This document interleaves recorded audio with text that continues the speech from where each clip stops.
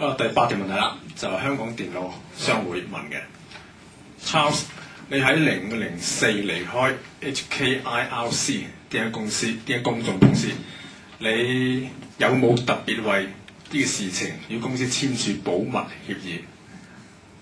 想唔想答？冇梗係答啦，唔費事係話俾人話面有難色㗎嘛嚇，咁冇嘅嗱。所有公司嘅資料其實喺任何一間公營或者私營公司入邊嘅資料，大家都會明白係一定係一啲公司嘅秘密嘅文件。咁嚟講，我唔係話特別要求佢保密定係點樣樣，但當有一啲泄露嘅事件出現嘅話，就會同大家對一啲個人私隱泄露嘅事件完全一樣。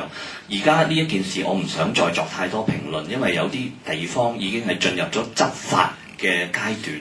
咁我喺度咁講嘢呢，係一啲不負責任嘅做法。我只係再 repeat 一個 point， 就係話呢單嘢其實就等於我做咗東華嘅總理，跟住我又去做呢個人際嘅總理，跟住東華嗰個總理就話我咁樣做唔啱咁樣。其實就係一件咁簡單嘅事。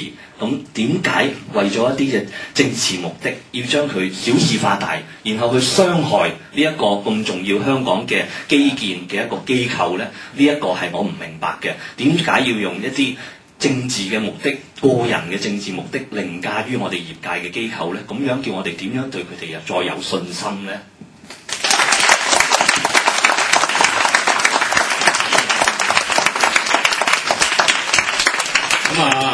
我都希望可以喺呢個話題裏邊去回應一下。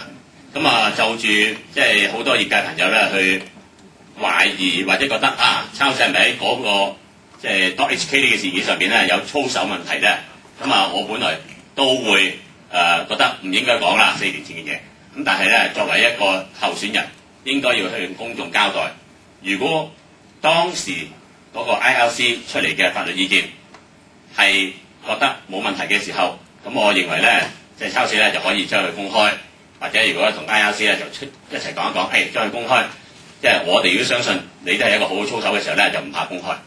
至於咧近期有人話有人泄漏或者係盜取呢啲咁嘅問題咧，我覺得咧呢個咁嘅無疑指控咧就過分即係誇張啦。因為如果真係做過一啲嘢咧，就唔怕俾人講，唔怕俾人知。而咧本人即係都識得喺網上面去搜集資料嘅。咁喺2004年5月12號定14號啦，成報嘅文章啦，如果大家翻去翻查一下咧，就會講晒成個事件㗎啦。嗰個事件就係話嗰間公司呢啲人物係懷疑被人哋講話利益衝突。呢張文章喺 Google 喺邊度咧都 search 得到。如果你 search 咗之後，有朋友要問你咧，希望第時你作進一步嘅交代。多謝。